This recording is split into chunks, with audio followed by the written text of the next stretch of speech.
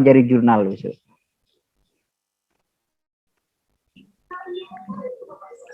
Assalamualaikum. Waalaikumsalam Pak Sis. Ya, terima kasih atas kesempatannya yang diberikan, dan ini tadi bagus sekali, langsung seperti reviewer nih. Jadi terinspirasi sekali. Yang mau saya tanyakan ini sebenarnya kan kami beberapa para dosen itu punya drafting yang cukup banyak, bahkan akhirnya karena tarik ulur kadang masukkan, kadang enggak, kadang masukkan, kemudian setahun kemudian baru direspon sama publishernya. Ya akhirnya kadang keengganan itu akhirnya muncul, dan ini akhirnya draft-draft dari artikel-artikel tersebut cukup banyak untuk mencermati novelty ya, dalam artian kebaruan. Wah, ini sudah bertahun-tahun yang lalu ini. Bahkan waktu itu masih belum ada ethical clearance.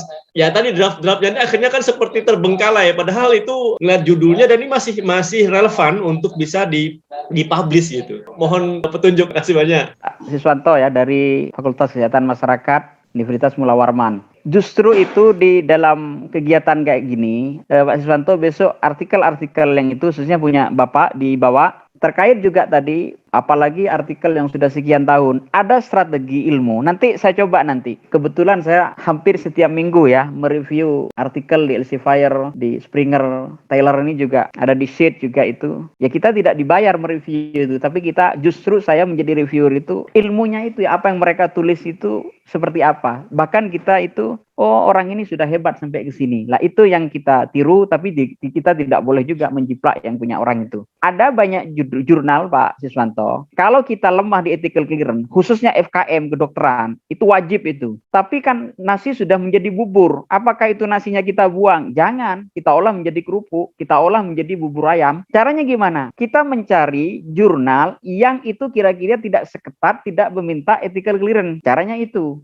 Jadi jangan sampai tidak kita submit. Kemudian yang kedua, ada namanya ilmu forensik artikel. Kita sebagai reviewer akan kelihatan bahwa jurnal itu disiapkan kapan, itu kelihatan. Tapi juga ada ilmunya nanti itu bagaimana cara itu merevisi, memperbaiki sehingga itu relevan dengan kondisi terkini. Apalagi FKM ya. FKM itu juga harus cepat ya, data itu harus cepat. Tapi data lama pun bisa kita olah seperti itu. Itu bisa kita oncei satu-satu. Kalau bisa begini, agar saya punya waktu yang lebih, mungkin dikirim ke panitia hari ini, panitia biar mengirim saya, sehingga nanti malam saya bisa ngoncei banyak. Kalau tadi kan baru dikirim sekarang, ini saya terus terang beri masukan tadi itu tidak sangat maksimal, karena langsung baca memang seperti itu. Itu yang penting Pak Siswanto. Justru inilah kegunaan kita ada BIMTEK yang 3 hari ini. Artinya apa? Kalau hanya workshop, teori saja, masuk telinga kanan, keluar telinga kiri. Tapi kalau langsung kita oncei, kita praktik bersama, ibu bapak yang lain, termasuk adik-adik mahasiswa, walaupun itu tidak punya artikel, dengan melihat tadi itu sudah punya ilmu. Satu, ilmu cara menulis. Teman-teman kebanyakan di Indonesia yang kami temukan, membaca artikel atau buku hanya sebatas membaca, belum pada mencari ilmu bagaimana